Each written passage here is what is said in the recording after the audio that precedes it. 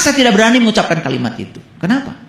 Bismillahirrahmanirrahim. Atas nama Allah yang Maha Pengasih, Maha Penyayang. Berarti kalau saya bilang atas nama, pertanyaannya, apa betul saya ini layak untuk mengatasnamakan Dia yang Maha Pengasih, yang Maha Penyayang, sementara saya masih pembenci, sementara saya masih usil pada orang, sementara saya masih belum bisa memaafkan orang, sementara. Jadi yang disebut dengan jalan itu jalan pulang. Kalau ruhku ini percikan cahaya ilahi ingin pulang ke tempat asalnya, sederhana kok. Jalannya turuti perintah ruhku yang membimbingmu setiap saat, setiap ruang dan waktu. Tidak pernah tertidur, tidak pernah terkantuk. Ikuti saja itu. Sudah, selesai. Dan saya yakin orang-orang yang selalu mengikuti dan tunduk sujud kepada ruhku yang ada dalam dirinya, gak bisa ini, gak bisa itu, gak hafal ayat ini, gak hafal ayat ini, selamat. Selamat.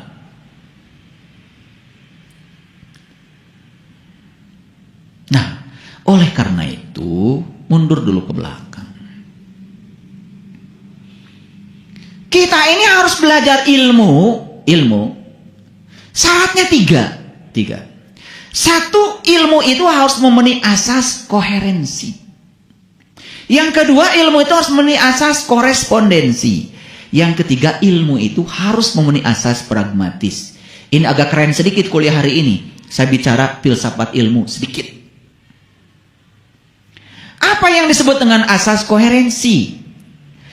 Yang namanya asas koherensi mensyaratkan bahwa pengetahuan itu tidak boleh bertentangan dengan pengetahuan yang lain. Yuk, lihat saya. Ada nggak yang bertentangan? Pengetahuan yang bertentangan dalam diri kita sekarang. Kita cek sekarang. Dulu kita diajarkan, katanya Allah itu adanya di tempat yang tinggi. Betul? Bahkan Allah itu adanya di langit ke-7. Langit ke-7 itu tempatnya tinggi tuh, jauh di sana. Apakah itu ilmu? Cek dulu. Tanya kitab suci. Begitu tanya kitab suci bilang, aku bersamamu, lebih dekat kepadamu daripada urat nadi lehermu. Bertentangan gak? Jadi tugas kita sekarang ini coba dicek semua paradigma dan keyakinan-keyakinan kita yang selama ini kita anut itu benar nggak? Cocok nggak? Dengan apa yang difirmankan dalam kitab suci. Dalam sebuah kuliah, saya tanya mahasiswa, siapa yang tahu Shirathul Mustaqim? Oh, mahasiswa sungkan tangan semuanya. Yang ini bicara ini, yang bicara ini, yang bicara ini. Semua bicaranya berdasarkan persepsinya. Padahal Shirathul Mustaqim itu kan bahasa Arab, bahasa Tuhan. Kalau ingin tahu bahasa Tuhan harusnya jangan menggunakan persepsimu, tanya Tuhan. Makanya tafsir Quran bil Quran. Begitu ditanya Quran, kata Quran, Shirathul Mustaqim itu kata Quran, Shirathul lazina an'amta alaihim. Jalannya orang yang diberi nikmat. Tidak ada satu mahasiswa pun yang saya tanya yang menjawab Shirathul Mustaqim itu jalannya orang yang diberi nikmat. Gak ada. Semua berdasarkan persepsinya. Dan berpersepsi urusan agama di kita dianggap biasa, lumrah. Padahal itu menyesatkan. Anehnya, ketika saya tunjukkan ayatnya, malah yang benar dianggap sesat. Jadi udah kebalik-balik kehidupan itu. Apakah selesai sampai di situ? Belum. Shirathul Mustaqim itu jalannya orang yang beri nikmat. Kejar. Siapa yang diberi nikmat? Karena dalam kehidupan kita, kita pun sudah salah kaprah. Makan sama jengkol, sambal, nasi pulen, belum peda, nikmat. Kehela. Itu? Punya rumah bagus, mewah, semuanya serba mahal.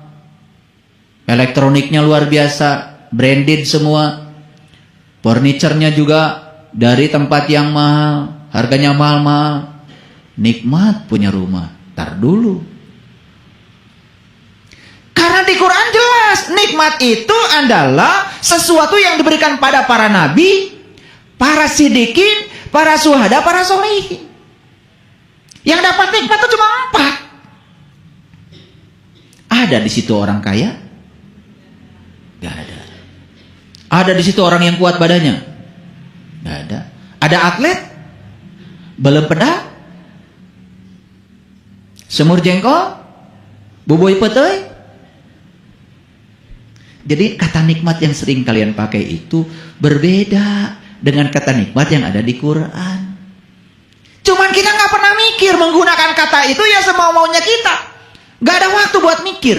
Padahal di Quran dikatakan, aku panjangkan umurmu hanya untuk berpikir. Cing mikir tuh,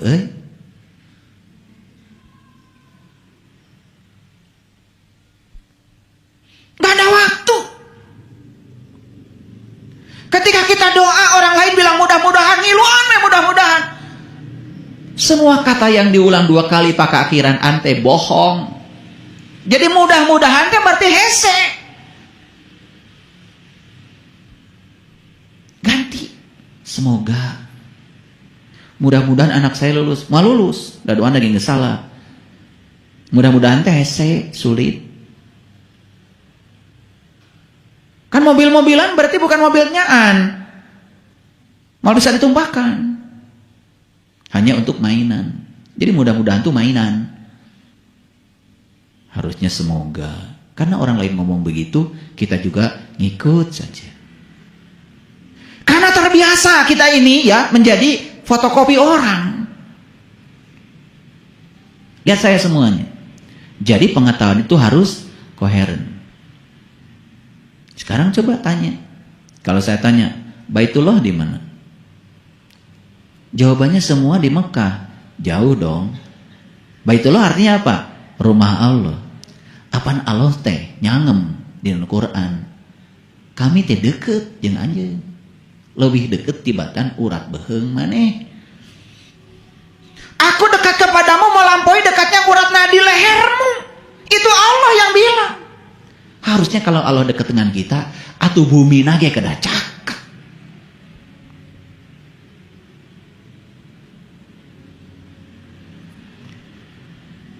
Sugan we mikir dikiekeun.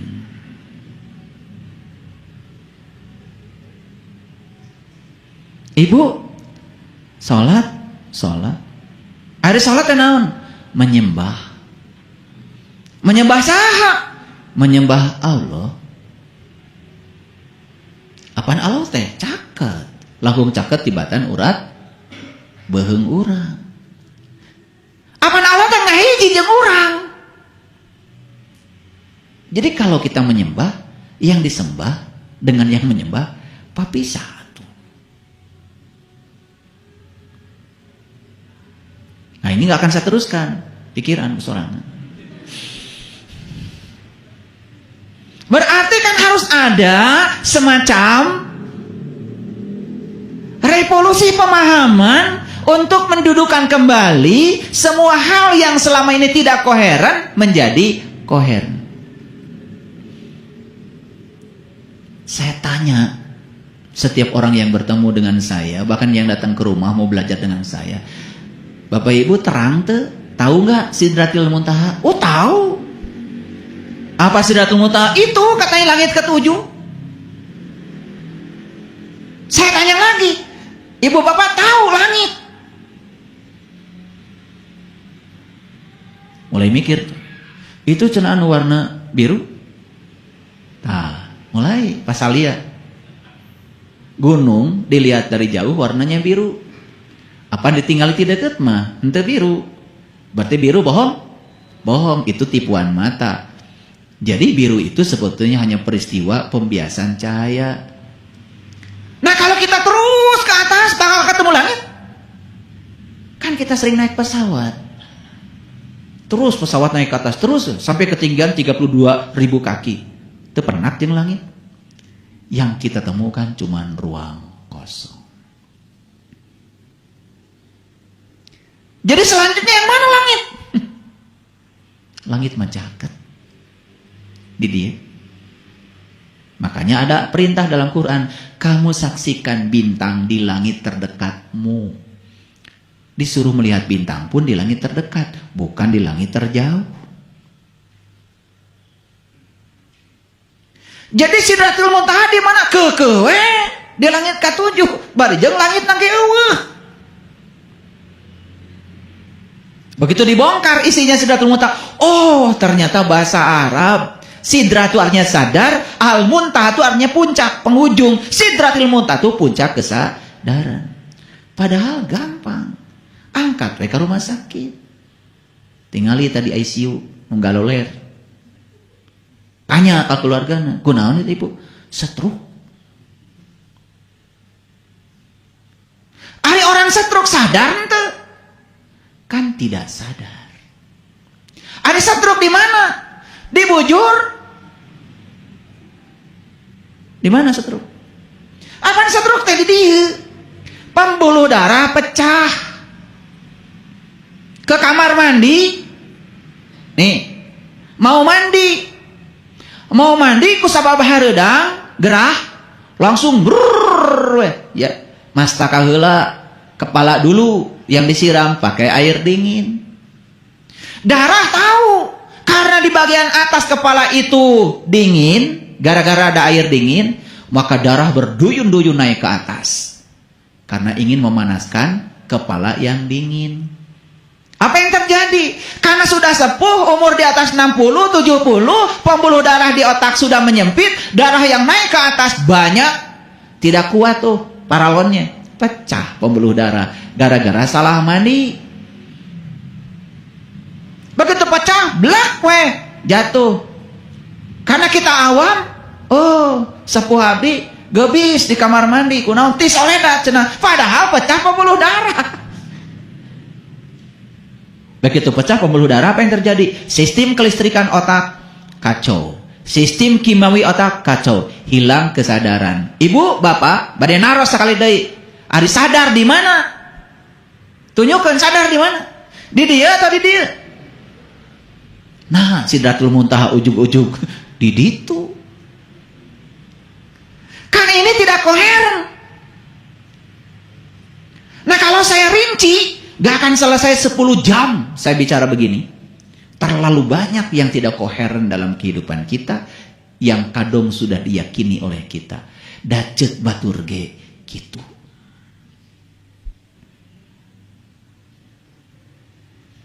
Makanya koreksi, coba bikin daftar.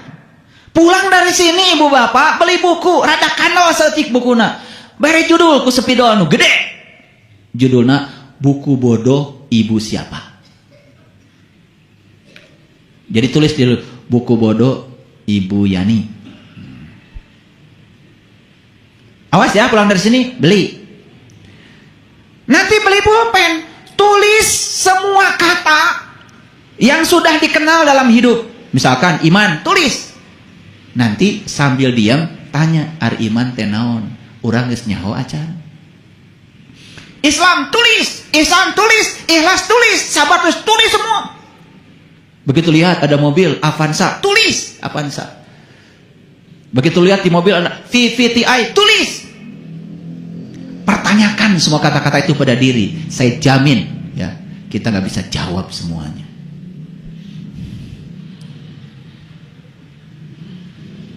Saya jamin, nggak bisa jawab semuanya.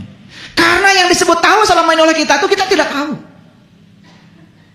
Tulis, ningali panon poe, tulis panon poe. Nanti pertanyakan, apa matahari? Kenapa bersinar? Bagaimana matahari nggak habis-habis? Kok bersinar terus? Kenapa panas? Kenapa cahayanya penting? Kenapa cahaya mengandung energi? Kenapa proses fotosintesa perlu matahari? Terus tanya, hiji we urusan panon poe. Mal bisa jawab. Begitu ningali cai di gelas, cai, tulis cai. Apa itu air? Kenapa molekulnya H2O? Bagaimana pusat muatan positif dan negatifnya? Berapa banyak dalam H2O elektron? Berapa banyak proton? Di mana inti atomnya? Kenapa air pelarut yang sangat bagus? Kenapa hidup harus ada air? Itu cara saya belajar. Jadi saya belajar itu bukan dari buku kata orang, dari buku bodoh. Makanya dari kecil saya udah punya buku bodoh. Semua saya pertanyakan. Quran, apa Quran? Saya pertanyakan. Oh, Quran dari kata qara'a, yaqra'u Qur'anan. Oh, Quran itu bacaan. Oh, kalau Quran itu bacaan, berarti saya harus bisa baca. Apa artinya membaca? Terus dipertanyakan. Apakah membaca seperti yang kita selama ini pahami? Babi, bu, tati itu. Eta maca lain. Ternyata membaca itu adalah menyimak. Menyimak itu adalah mentransformasi tulisan menjadi pemahaman. Apakah ketika kita melihat tulisan jadi pemahaman? Apakah kita semua sudah membaca? Tulis di buku bodoh. Belum lagi nanti pertanyakan semua hal yang selama ini kita yakini. Akhirat. Tulis di buku bodoh. Naon akhirat teh? Dari bahasa apa akhirat? Apakah betul gambaran tentang akhirat seperti yang digambarkan banyak orang? Apakah betul nanti di surga itu, di akhirat ada surga? Apakah di surga itu betul ada bidadari? Kersaha? Tanya semuanya. Setiap kita mengalirkan pertanyaan, di situ jawaban akan mengalir. Malaikat, tulis. Naon malaikat teh? Cenah makhluk yang terbuat dari cahaya. Ari urang dijieun tinu naon? Apaan semua kita juga terbuat dari cahaya. Aslinya kita makhluk cahaya. Kalau gitu apa bedanya kita dengan malaikat? Setan. Saha setan teh? Orang mana? Pernah nggak gitu belajar? Makanya semua yang kita yakini ringkih, tidak koheren. Begitu dibuktikan, semua tidak selaras. Baru satu. Dua,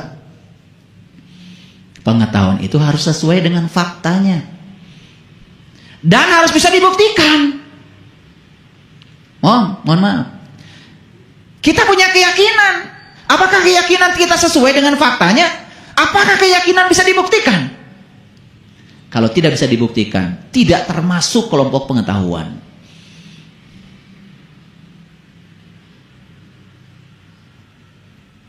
Kita punya rukun iman. 6 rukun iman. Mohon maaf. Apakah kita sudah membuktikannya?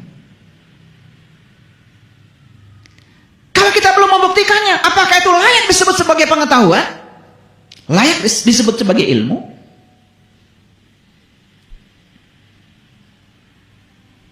Makanya jangan asal ngomong. Apa yang kita bicarakan itu harus dipertanggungjawabkan. Yuk, saya kasih contoh. Setiap hari kalian baca Bismillahirrahmanirrahim. Iya kan?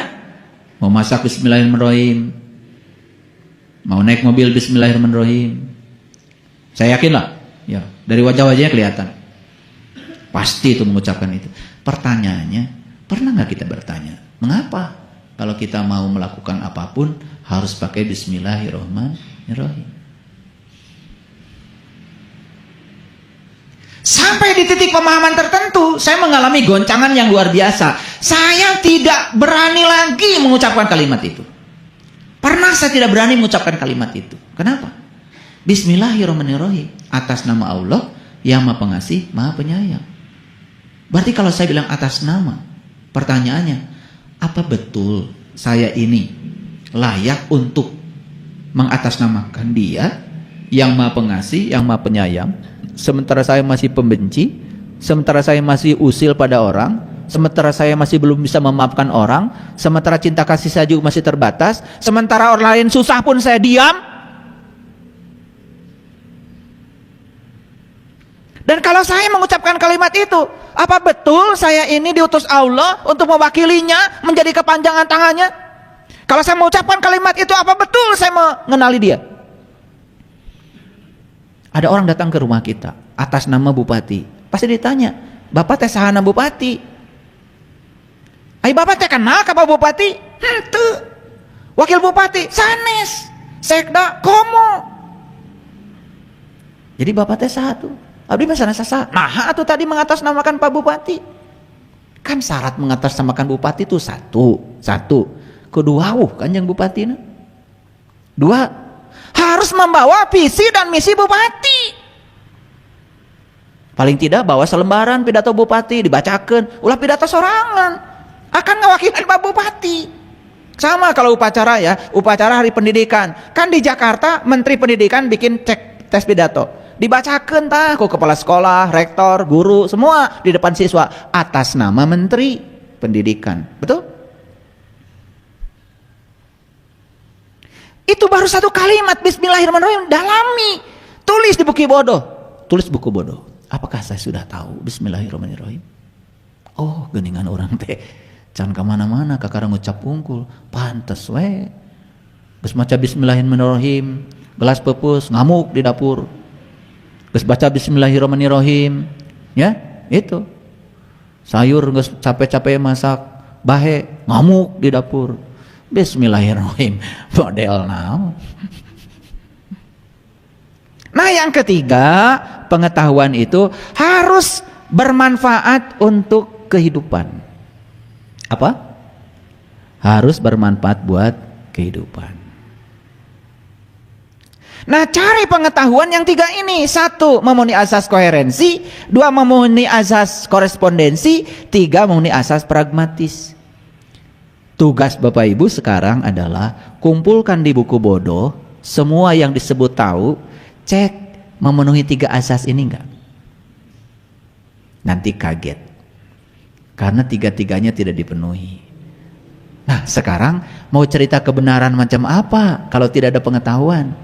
Karena dasar kebenaran kan ada 5. 1 pengetahuan, 2 cinta, 3 keadilan, yang keempat adalah pengabdian, yang kelima kesabaran. 1 dari 5 harus dimiliki. Yang pertama apa? Pengetahuan. Karena dasar kebenaran itu 5, salah satunya adalah pengetahuan. Sementara pengetahuannya tidak memenuhi asas pengetahuan. Koherensi tidak, korespondensi tidak, pragmatis juga tidak. Punten Ibu Bapak.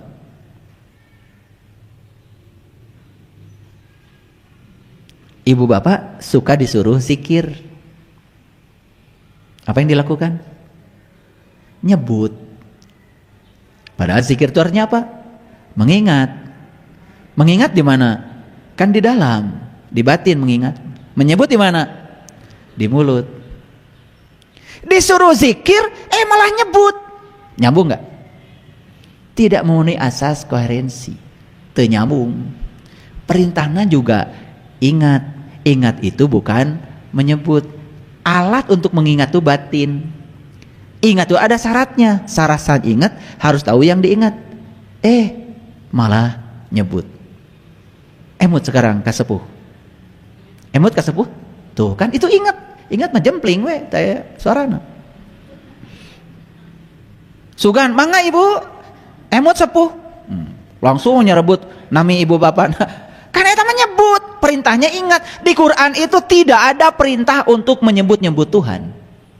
Di Quran cuma ada fazkurullah zikran katsir. Ingatlah Allah dengan ingatan yang sebanyak-banyaknya. Cek semua. Tulis lagi di buku bodoh. Zikir, wirid, kumaha prak-prakanana. So. Nanti terkejut. Dari semua yang ditulis ini ternyata semuanya tidak sesuai dengan yang sebenarnya. Baik, kembali lagi ke topik kita. Apa topik kita? Ulangi lagi tadi. Jalan pulang percikan cahaya ilahi. Jadi ada 2. Ada 3 kata kunci. Ada keywordnya 3. 1 jalan pulang. 1 jalan. 2 pulang. Yang ketiga percikan cahaya ilahi. Percikan cahaya ilahi ya sudah 1 aja. Ruh. Di dalam ruh ada jiwa kan? Nah sudah saya jelaskan tadi. Makanya di Quran surat Al-Maidah ayat yang ke-73 Allah berfirman. Ya. Firman Allahnya seperti ini. Saya tunjukkan dulu supaya semuanya ngerti, supaya tidak sekedar asal. Laqad kafaral ladzina qalu innallaha salisu salasa. Sungguh tertutuplah orang-orang yang mengatakan bahwa Allah salah satu dari yang 3. Ini ayatnya. Jadi kalau berbicara masalah ketuhanan, itu berarti ada hamba, ada Allah, ada Rasulnya. Gitu kan? Makanya hamba ini harus taat pada Allah, hamba harus taat pada Rasulnya. Kalau dia taat pada Allah dan Rasulnya, itulah ketuhanan. Itu yang disebut dengan experience of being. Nah, kita lanjutkan sekarang. Kita lanjutkan pada yang tadi. Kita buka dulu yang ini. Oke. Ada jalan, ada pulang. Ayo perhatikan saya. Jalan, tahu jalan? Jalan. Banyak gak jalan? Banyak. Kenapa jalan dibuat? Nih.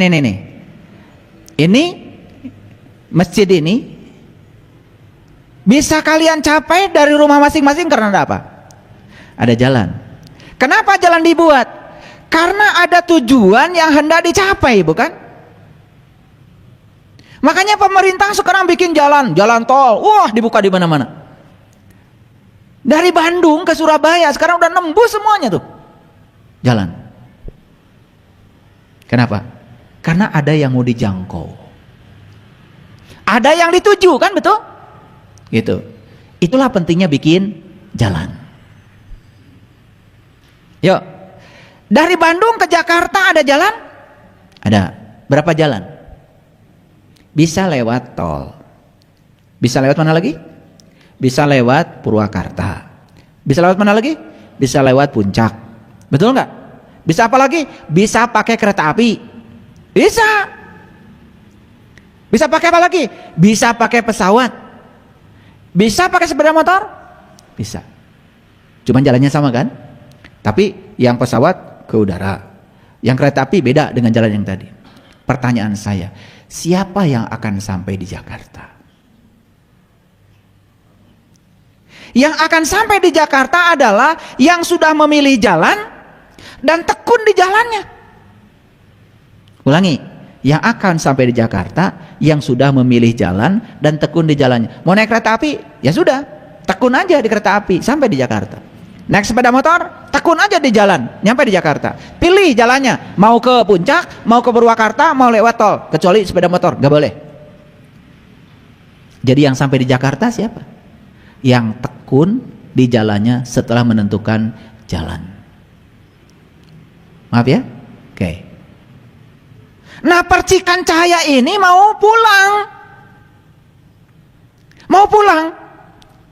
Nah, percikan cahaya ini sebelum pulang, yang pertama harus tahu alamat pulangnya. Setuju nggak dengan saya? Kan percikan cahaya ini sekarang sedang apa di sini? Sedang apa? Sedang apa? Sedang membara. Sedang dikaryakan. Jadi sebetulnya percikan cahaya ini sekarang di semesta ini sedang dikaryakan. Ayo ingat-ingat asal muasalnya gimana? Ibu bapak kita berpelukan. Gara-gara berpelukan, jadilah kalian di perut ibumu. Setelah sempurna penciptaan tubuh, ditiupkanlah ruhku, kan begitu?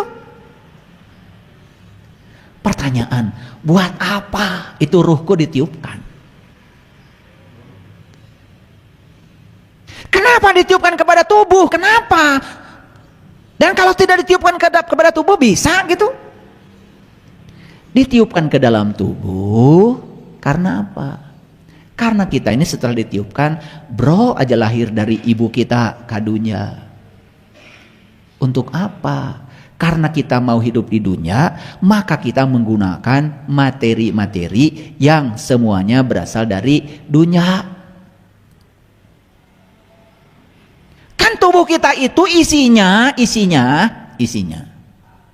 Pertama, apa yang dimakan ibu bapak kita.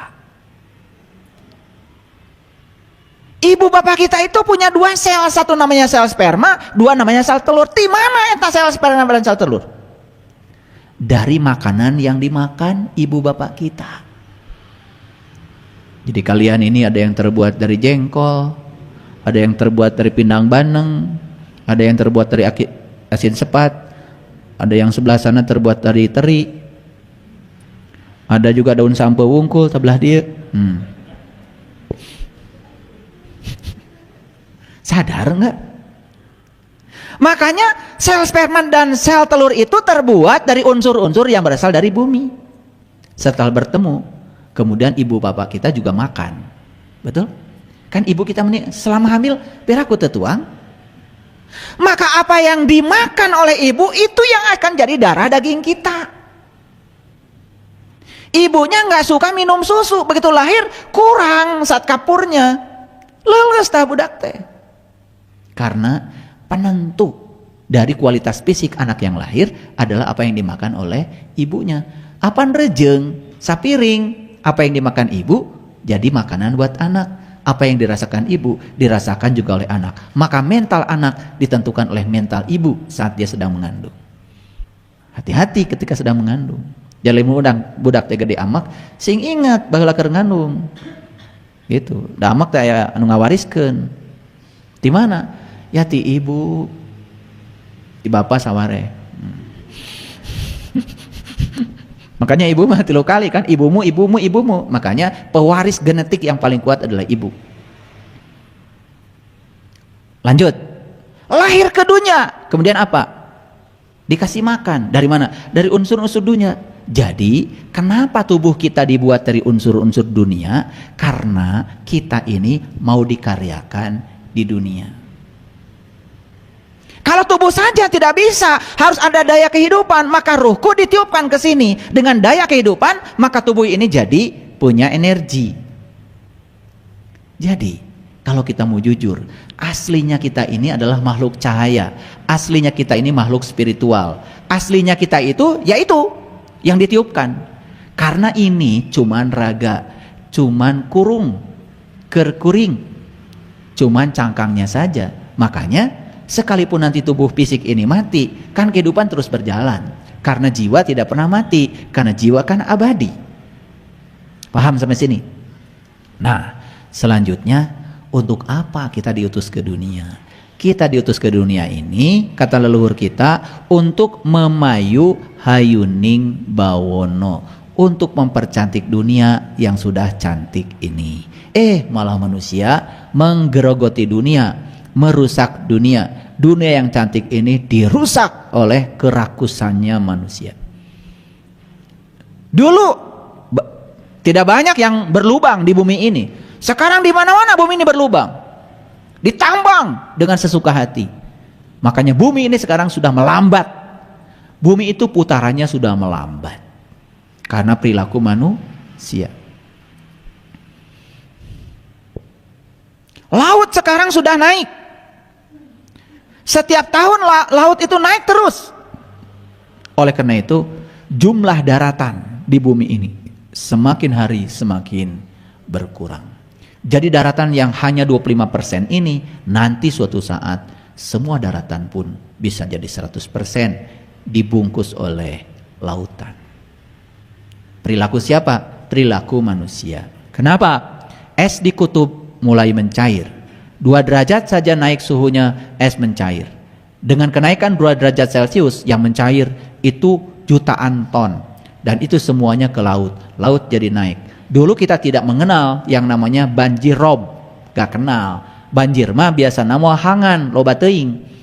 Sekarang sudah namanya banjir rob. Apa itu?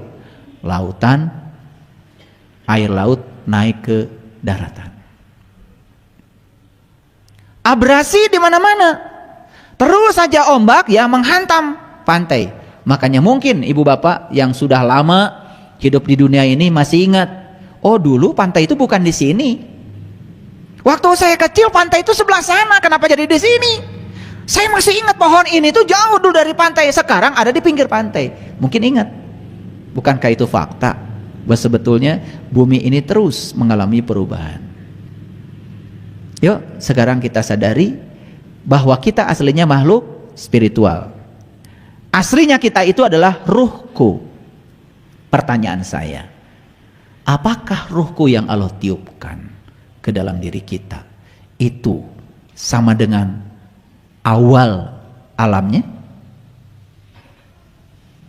Atau pertanyaan begini, kalau saya ngambil air 1 tetes dari gelas saya, apakah yang 1 tetes ini sifatnya sama dengan yang ada di gelas? Sama.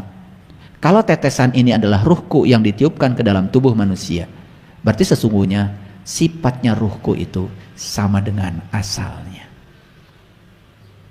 Jadi sebetulnya sifat-sifat asalnya itu sudah diwariskan menjadi sifat-sifat ruhku. Jadi apa yang kurang? Karena semua sifat-sifatnya ada dalam ruhku.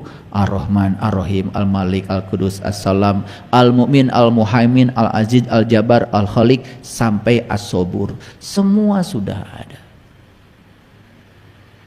Jadi siapa sesungguhnya orang yang sukses dalam kehidupan ini? Adalah orang yang sadar kalau dia datang ke sini diutus Allah untuk mempercantik dunia yang sudah cantik ini. Gimana cara mempercantiknya? Gunakan sifat-sifat Allah yang ada dalam ruhku. Allah punya sifat maha indah? Coba ibu bapak, kalau lihat yang indah gitu senang? Senang? Kalau lihat yang kotor sedih? Nah, setelah sedih berbuat gak untuk memperindah?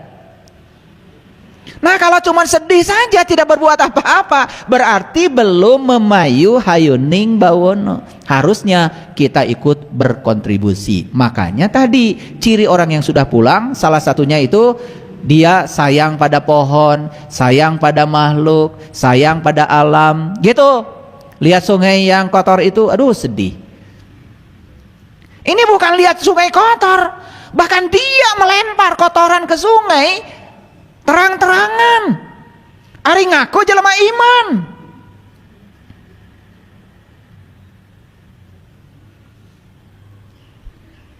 Lucu. Saya pernah pergi, mohon maaf ya, ke tempat-tempat pendidikan agama. Dan rata-rata kotor. WC kotor. Tempat ibadah kotor, karpet kotor. Nggak ada yang peduli. Padahal sejatinya ruhku itu kan suci. Makanya kita harus pulang. Nah, jalan untuk pulang ruhku sudah saya sampaikan tadi. Yang pertama jalannya adalah tunduk patuh jiwa ini kepada Allah dan Rasulnya yang ada dalam diri. Maka itu yang akan mempermudah sang jiwa kembali ke tempat asalnya. Maka leluhur kita kemudian mewariskan berbagai macam agama. Nah, makanya agama itu adalah jalan. Silahkan kalian lewat jalan mana, tentukan olehmu sendiri. Setelah menentukan jalanmu, tekun di jalanmu. Jangan mikirin jalan orang lain. Jangan ngurusi jalan orang lain. Jangan usil pada jalan orang lain. Tekun saja di jalanmu. Kau akan sampai ke Jakarta. Supaya tidak keliru ketika sudah menentukan jalan, maka kalian harus mengerti di sepanjang jalan itu ada rambu-rambu jalan. Itulah yang disebut dengan kitab suci. Maka setiap agama ada kitab sucinya. Supaya tidak salah baca rambu-rambu jalan, maka di setiap agama ada para penuntun jalan. Supaya tidak salah menafsirkan rambu-rambu jalan. Cari penuntun jalan yang berpengalaman. Balik ke mana, Bu? Ke Jakarta. Sok abdi dijajabkeun. Mangga. Punten Pak, ari Bapak kantos ke Jakarta? Teu acan, Bu.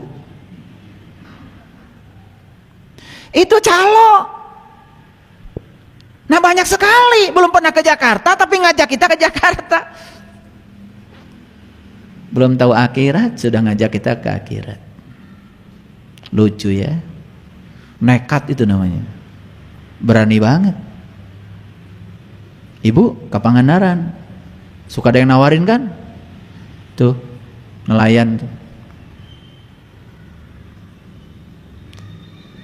Lihat itu tuh. Lihat pemandangan di bawah laut. Kan gitu, tawarin.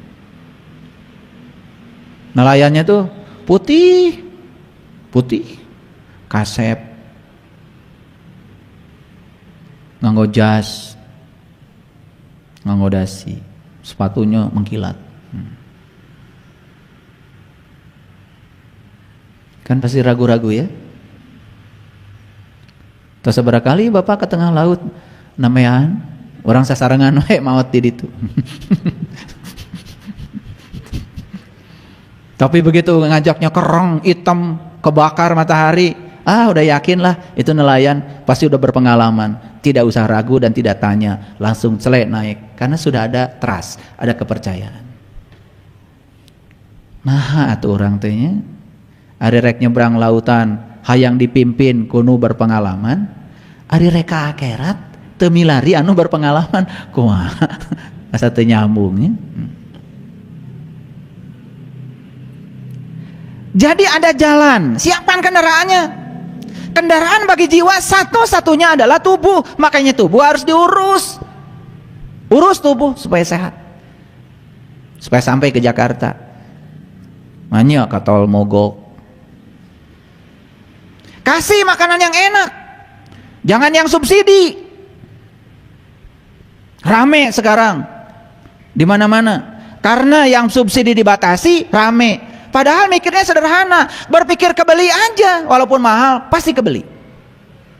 Jangan berpikir mahal, nggak usah demo. Pemerintah sayang sama masyarakat, cuman karena sudah tidak ada pilihan lagi, kumaha tuh. Sudah percaya aja pada pemimpin. Dan demo juga tidak akan menyelesaikan masalah. Betul? Daripada kita berpikir mahal, lebih bagus berpikir kebeli. Pantaskan diri kita, saya mah beli bensinnya tidak yang subsidi. Pantaskan, pasti ada duitnya buat beli. Itu aja kok rahasianya, nggak usah pusing-pusing. Nah lanjut, kendaraannya sudah bagus, petunjuk jalan sudah bisa dibaca, penuntun jalan sudah ada. Betul? Sudah lengkap. Apalagi yang kurang?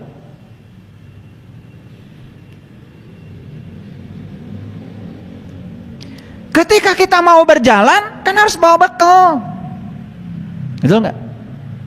Masa nggak bawa bekal? Bawa bekal. Makanya Allah ngasih saran di Quran, "Fatazawwadu fa inna khairu zadi taqwa."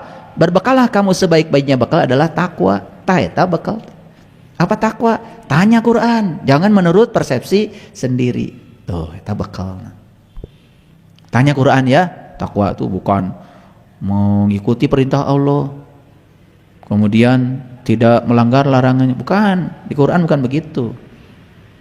Baca nanti di Quran surat Al-Baqarah ayat 63. Takwa teh apa? Supaya tidak salah persepsi, supaya 3 asas pengetahuan dipenuhi. Ini nggak saya bahas ya, nanti baca sendiri. Cukup nggak kita punya kendaraan? Oke. Terus apa tadi? Rambu-rambu sudah terpasang, siap dibaca. Ya, penuntun jalan sudah ada yang mau antar kita. Ya, itulah perlunya guru. Yang keempat, apa? Bekal sudah ada. Bekalnya apa tadi? Takwa. Di perjalanan itu tidak selalu mulus.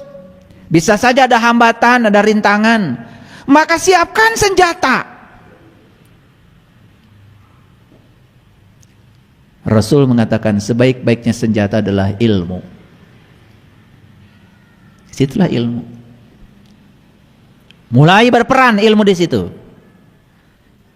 Ilmu tentang sholat, ilmu tentang haji, ilmu tentang umroh, ilmu tentang apa, ilmu tentang hidup, semua harus tahu. Sampai rahasia-rahasianya. Itulah senjata kita. Cukup? Masih ada yang kurang? Piraku sorangan, ngajak batur, harus punya sahabat. Itulah pentingnya kita punya komunitas. Makanya saya sering mengatakan ada 3 permata dalam hidup. 1 punya guru, 2 punya ajaran, 3 punya komunitas. Komunitas di mana kita saling mengingatkan, saling menyemangati. Karena kadang-kadang dalam perjalanan itu kan suka ada kelelahan, betul nggak? Ada yang mengingatkan. Cukup? Cukup? Apalagi? Yang ini yang paling besar belum dibicarakan. niat. Niat, karena niat ini menentukan kesungguhan kita. Nah, kalian niatnya apa datang ke sini? Makanya kata Nabi, amal itu sangat ditentukan oleh niat. Jadi aslinya kita ini adalah makhluk cahaya yang sedang dikaryakan di bumi. Untuk apa? Untuk mempercantik bumi supaya tambah cantik. Memayu hayuning bawono. Makanya orang-orang yang paling berhasil di semesta ini adalah orang yang paling berguna bagi semesta. Ulangi, yang paling berguna. Makanya nilai kehidupan kita tergantung seberapa berguna bagi kehidupan. Makanya leluhur kita di tanah Jawa Barat merumuskan 6 prinsip supaya kita berguna. 1, nulung kanu butuh. 2, nalang kanu susah. 3, nyaangan kanu poekeun. 4, opat ya, ngahudangkeun kanu sare.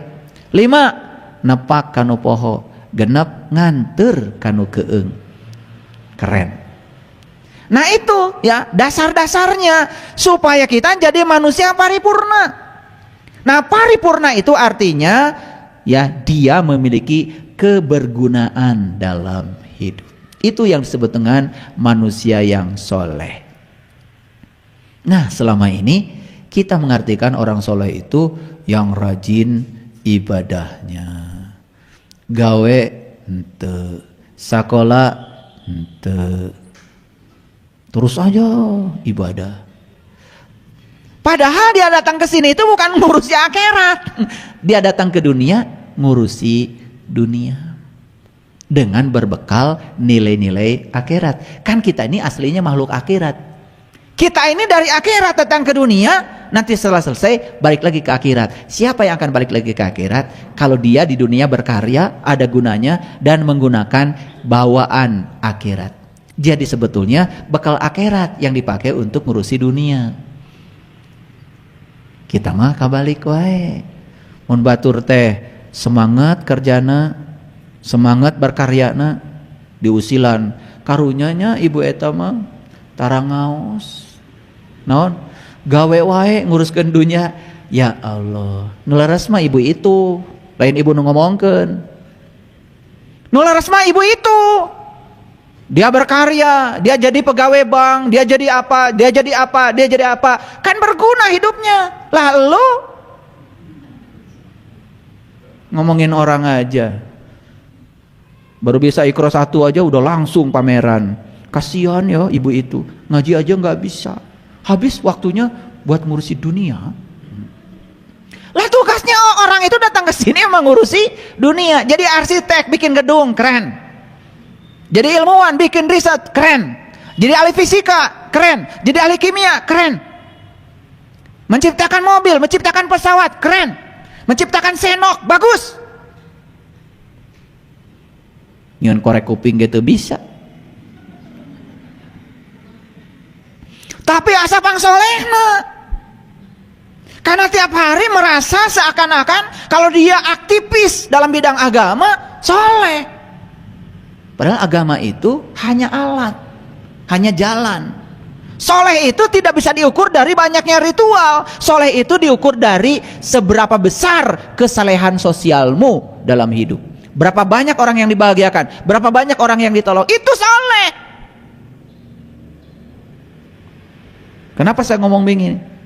Tahu tujuannya? Supaya mikir.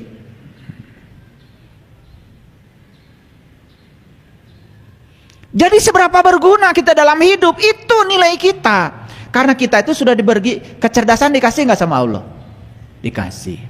Kreativitas dikasih? Kasih. Tangan dikasih buat berkarya, kaki dikasih buat jalan, mata dikasih buat lihat, telinga dikasih buat dengar, mulut dikasih buat ngomong, napas dikasih buat hidup, otak dikasih buat mikir. Dan ada riset yang luar biasa. Orang yang paling cerdas di dunia namanya Einstein, itu baru menggunakan kapasitas otaknya 5%. Dari 100% itu Einstein. Lah kita ini menggunakan kecerdasan yang diberikan Allah berapa persen? Coba unggal poe mikir ya soai.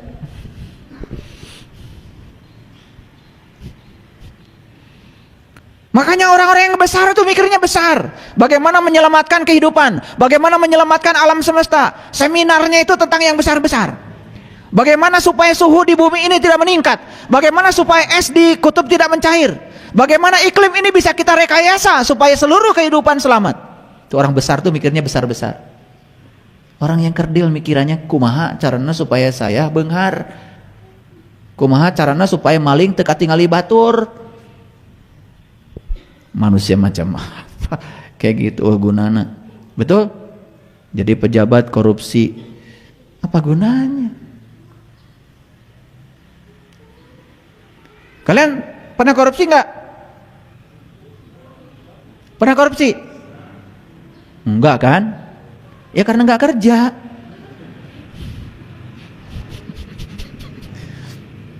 Potong-potong. Saya nggak pernah korupsi, Pak. Wah, luar biasa Anda. Sebentar, Anda kerja di mana? Alhamdulillah, Pak, sampai sekarang belum punya kerjaan. Lah, saya pikir sudah menjabat jabatan tinggi di tempat yang kerjanya itu banyak peluang korupsi, lalu bilang begitu. Itu keren. Ini kerja juga belum. Iya. Di mana kerja Anda? Alhamdulillah, Pak, karyawan di sebuah pabrik. Saya nggak pernah korupsi. Lah, apa yang mau dicuri? Jadi kalau kita mengatakan tidak korupsi bukan berarti kita tidak bermental. Can aya kesempatan. Ngerti maksud saya? Makanya jangan ngaku-ngaku lah.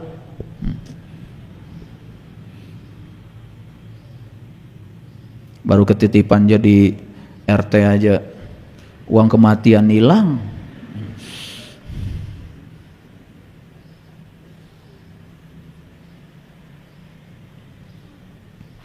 Makanya komitmen kita sang jiwa ini dengan Allah dan Rasulnya itu jangan sampai luntur, sebagaimana yang dinyatakan dalam Quran surat Al-A'raf ayat 172. Pada saat kita ditanya, bukankah aku ini Tuhanmu? Dan saat itu kita menjawab, yes, aku menyaksikan. Itu jangan luntur komitmen itu. Oleh karena itu maka proses penyaksian ini harus berlangsung sepanjang hayat, terus menerus. Jadi ini ayat bukan berlaku dulu saja. Pada saat kita ditanya, alastu birabbikum? Qalu bala syahidna. Proses menyaksikan itu harus berlangsung sepanjang hayat, bahkan sampai sekarang. Itulah jalan pulang. Jadi kalau kita terus menyaksikan, apa yang terjadi? Saat kematian datang saat ini pun kita tidak akan pernah lalai dengan jalan pulang kita. Makanya percikan cahaya ilahi ini tidak pernah ragu, karena dia sudah tahu jalan pulang. Aduh, bersyukur ya yang sudah tahu jalan pulang, sudah punya ilmu ya untuk ya pulang. Aduh, itu melampaui segalanya, Ibu Bapak. Makanya ketika saya dapat ilmu itu, ilmu untuk meniti ke dalam diri ini ilmu yang paling mahal.